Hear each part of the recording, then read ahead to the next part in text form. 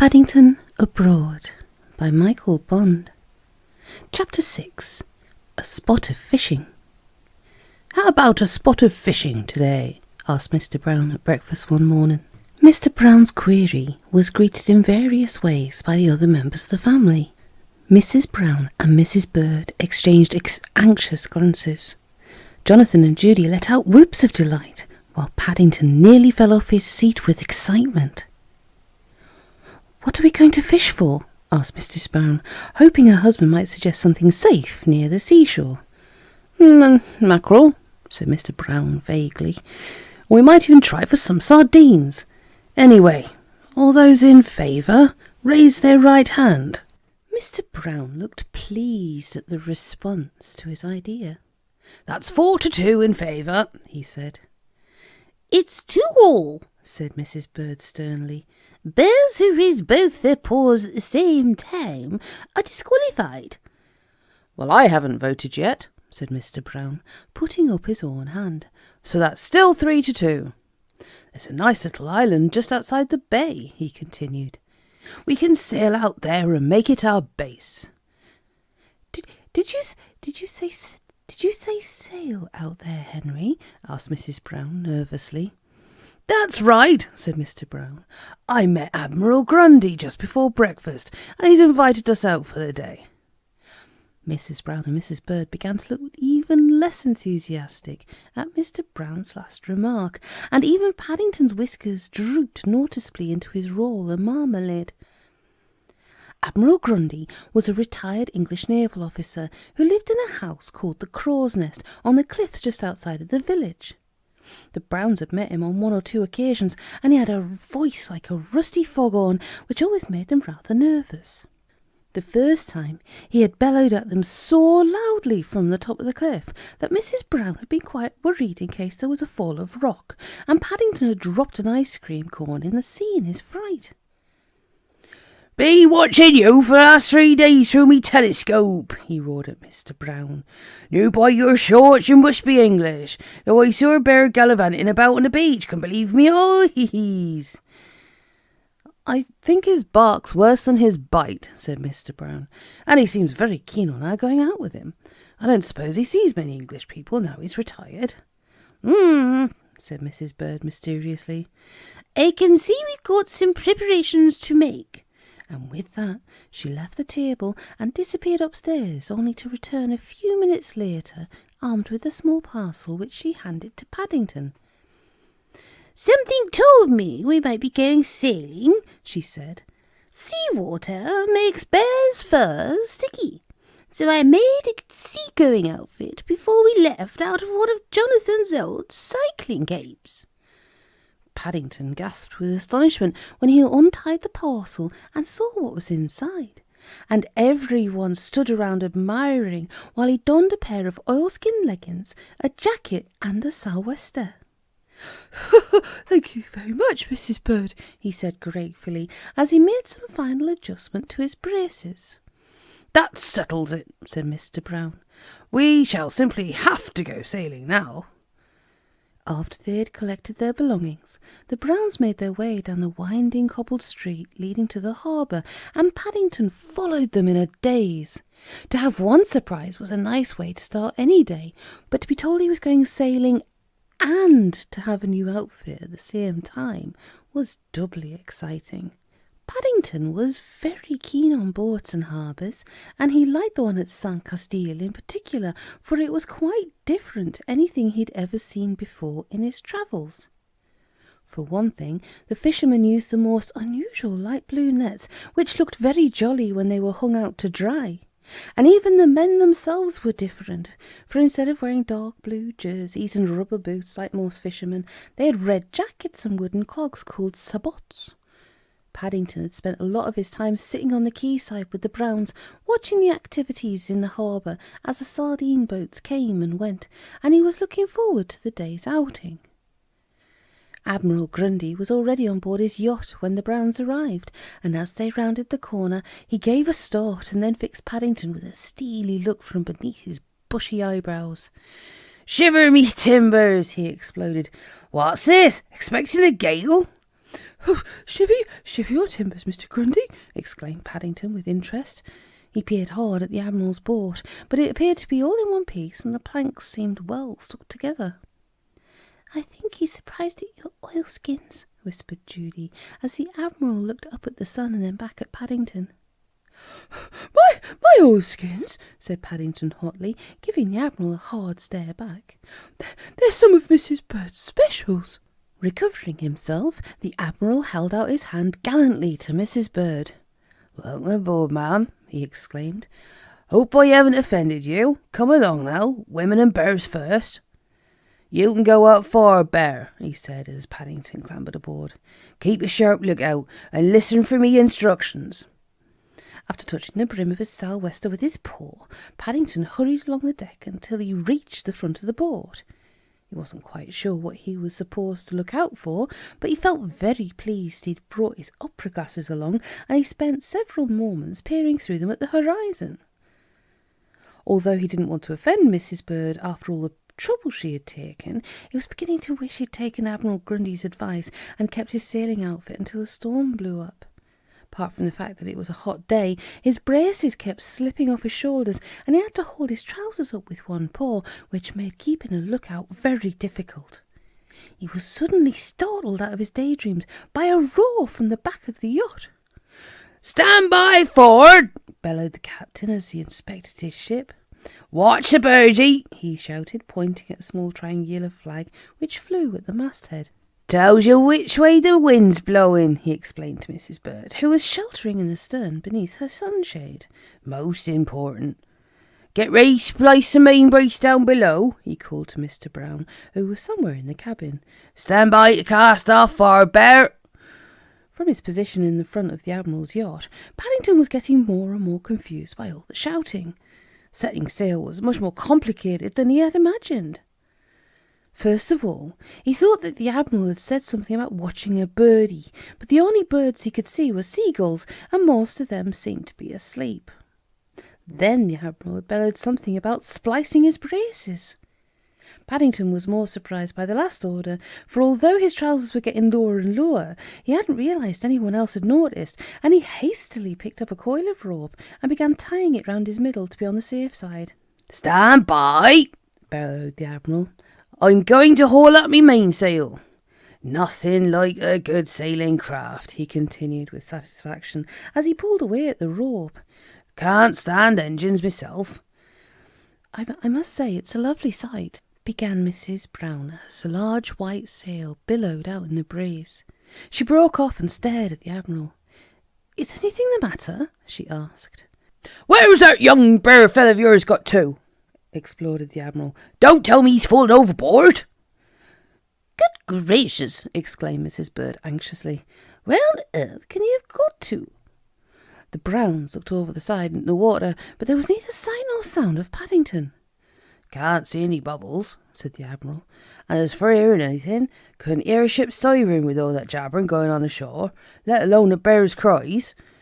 The Browns stood up.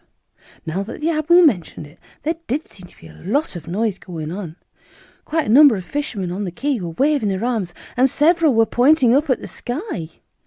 "Good grief!" exploded the Admiral as he stood up and shaded his eyes against the sun. "He's up aloft, got himself hoisted to me mainmast." I was only splicing my braces," gasped Paddington, looking most offended as he was lowered back down onto the deck. "I was having trouble with my oilskins, and I think I must have picked up the wrong rope by mistake." "I think," said Mrs. Bird, quickly pouring oil on troubled waters before the Admiral had time to speak, "you'd better sit in the back with me out of harm's way." Already quite a large crowd had collected on the quayside, and she didn't like the look on the Admiral's face. It seemed to have gone rather a nasty shade of purple. Paddington dusted himself down, and then settled thankfully into the seat alongside Mrs. Bird, while order was restored and the Admiral once more made ready to sail. Within a matter of moments, everything was shipshape, and before long they found themselves skimming through the open water outside the harbour. While Jonathan and Judy sat on the deck watching the wash of the wave breaking over the bow of the yacht, Mr. Brown set up his rod and line, and even Paddington had a go over the stern with a piece of string and a bent pin which Mrs. Bird found in her handbag. It was all so new and interesting that it seemed no time at all before they found themselves on the island. Apart from all the Admiral's things, Mr. Brown had brought along a tent and a large hamper of food, which Mrs. Bird had brought in the village store, and while Jonathan, Judy and Paddington made ready to explore the island, the Admiral and Mr. Brown began unloading the yacht. It was as they turned to go back for their second trip that the Admiral suddenly let out an extra loud bellow and began pointing out to sea as he danced up and down on the beach. "It's adrift!" he cried. "Me yacht's adrift!" The Browns followed the direction of the Admiral's gaze with alarm, only to see the yacht dancing on the waves some distance away as it headed out to sea. "Shiver me timbers!" roared the Admiral. "Didn't anyone tie it up?" The Browns looked at each other. In the excitement of landing on the island, they'd left it to the Admiral. We thought you'd done it," said Mr. Brown. 50 years at sea," growled the Admiral, stomping up and down the beach. "Never lost a ship yet, let alone be marooned. What a crew!" "Can't you send up a distress signal or something?" asked Mrs. Brown unhappily. "Can't," growled the Admiral. "Me flares are on board." "So are my matches," said Mr. Brown. "So we can't even light a bonfire." Admiral Grundy stomped up and down the beach several more times, growling to himself before he stopped and pointed to Mr. Brown's tent. "Oh, settle me headquarters on the grass at the top of the beach," he exclaimed. "Must have a bit of peace and quiet while I think of some way of letting the Johnnies on the mainland know what's happened." "I'll help you if you like, Mr. Grundy," said Paddington, anxious to lend a paw. "Thank you, Bert," said the Admiral gruffly. "But you'll have to be careful with your knots. Don't want it blowing over as soon as I get inside." Leaving the Browns in a forlorn group on the beach as they discussed the prospect of spending a night on the island, the Admiral picked up the tent and headed towards the top of the beach, closely followed by Paddington. Paddington was very interested in the subject of Mr. Brown's tent. He had come across it once or twice when he'd been exploring the attic at Windsor Gardens, but he'd never seen it in use before. When they reached the grass, he sat down on a nearby rock and watched carefully while the Admiral undid the carrying case and spread a large sheet of white canvas over the ground, together with several lengths of wooden pole and a number of ropes. After joining the wooden poles together into 2 lengths, the Admiral fitted the canvas sheet over them and then lifted the whole lot into the air. "I load the bowls, Bert," he roared as he disappeared inside. "If you fix the guy ropes, you'll find some stakes in the bag." Paddington jumped up from the rock. He wasn't at all sure what guy ropes were, let alone stakes, but he was glad to be able to do something useful at last, and as he hurried forward and peered in the bag, he was even more pleased to see that as well as a mallet and some pieces of wood, there was a book of instructions. Now, Paddington liked instruction books, especially when there were plenty of pictures, and Mr. Brown seemed to have a great many. On the cover there was one which showed a man hammering the pieces of wood into the ground, and although the man in the picture wore shorts and was fat and jolly, not a bit like the Admiral, who was very gruff, he felt sure it would be a great help. "What's going on, Bert?" asked the Admiral in a muffled voice. "Shake leg there, I can't hold on much longer." Paddington looked up and saw to his surprise that the Admiral and his tent were no longer where they'd started off. There was a strong breeze blowing now, and they were away from the beach, and the Admiral seemed to be having some difficulty in staying upright as the canvas billowed out like a sail. "Hold on, Mr. Grundy," cried Paddington, waving his mallet in the air. "I'm coming." After consulting the instructions several more times, he picked up a pailful of stakes and hurried across to where the Admiral was struggling. Paddington was keen on hammering, and he spent an enjoyable few minutes banging all the stakes into the ground and making fast the various ropes before pulling them tight, as the Admiral had told him. There were a great many ropes. In fact, there seemed to be far more than there were in the picture, and Paddington had to make several trips back to the bag for more stakes, so that it all took much longer than he expected. Apart from that, the Admiral kept shouting for him to make haste, so that he became more and more confused, and the knots, far from being neat and tidy like the ones in the instructions, began to look more and more like a piece of very old knitting that had gone wrong. "Is that a new tent?" asked Mrs. Bird as she viewed the goings-on from the beach. "No," replied Mr. Brown. "It's the same old one. Why'd you ask?" "It looks different to me," said Mrs. Bird. "It's a very odd shape, sort of tall and baggy." "Good heavens!" exclaimed Mr. Brown. "You're right." "I think," said Mrs. Bird, "we'd better go and see what's happening. I don't like the look of things at all." In saying that she didn't like the look of things, Mrs. Bird was echoing Paddington's thoughts as well as her own, for having at long last finished banging in all the stakes and tying all the knots, he stood up to admire his handiwork, only to find to his surprise that the Admiral was nowhere in sight. Even the tent looked quite different from the one shown in the last page of the instructions. The one there was not unlike a small house, with the man in shorts looking as fresh as a daisy and smiling all over his face as he stepped out through a door in the side and waved to a crowd of admiring onlookers. As he mopped his brow and looked at Mr. Brown's tent, even Paddington had to admit to himself that it was more like a bundle of old washing with several lumps sticking out of the side. He hurried all the way around it, peering at it closely, but there was nowhere anyone could possibly crawl through, let alone any side of a door. Worse still, far from there being any sign of a smiling Admiral, he seemed to have disappeared altogether. Paddington anxiously tapped one of the lumps in the side with his hammer.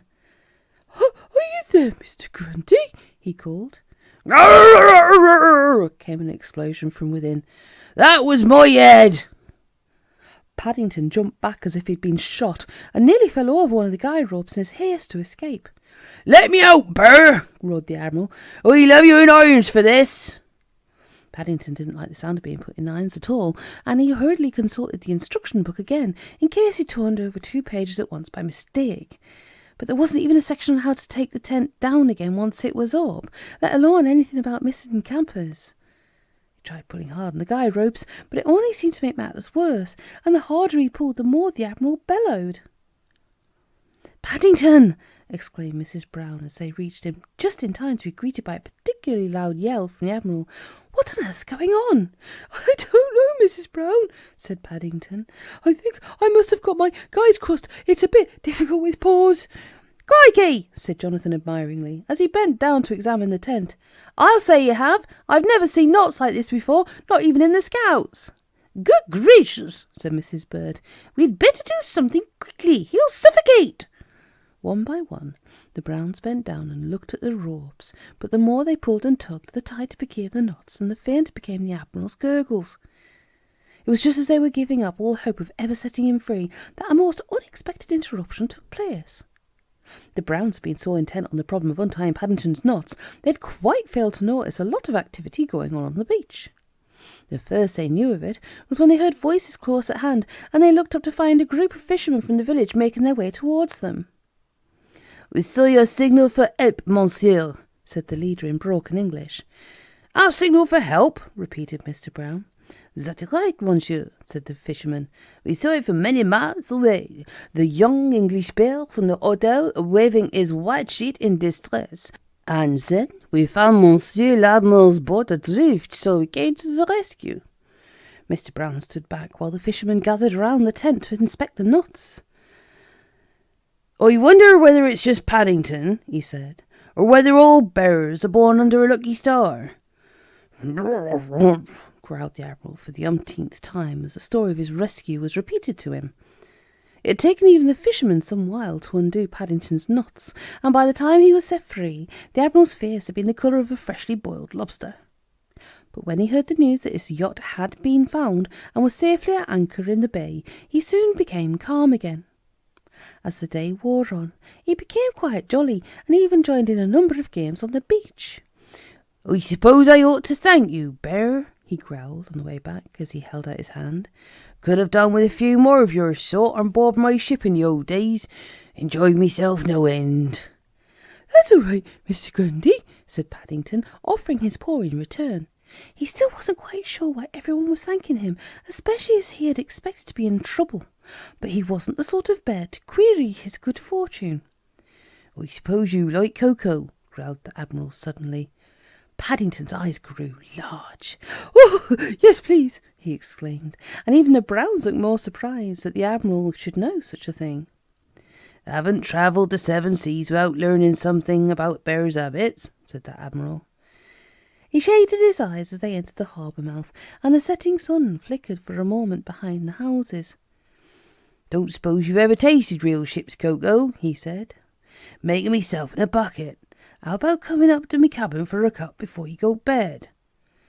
To that the Browns gave an enthusiastic "Aye, aye!" and even Paddington was allowed to raise both his paws in agreement. It had been a most exciting and most enjoyable day, and although they had none of them so much as seen the glimpse of a sardine, let alone caught one, they all agreed there was nothing like a cup of real ship's cocoa to round things off in a proper, seaman-like fashion.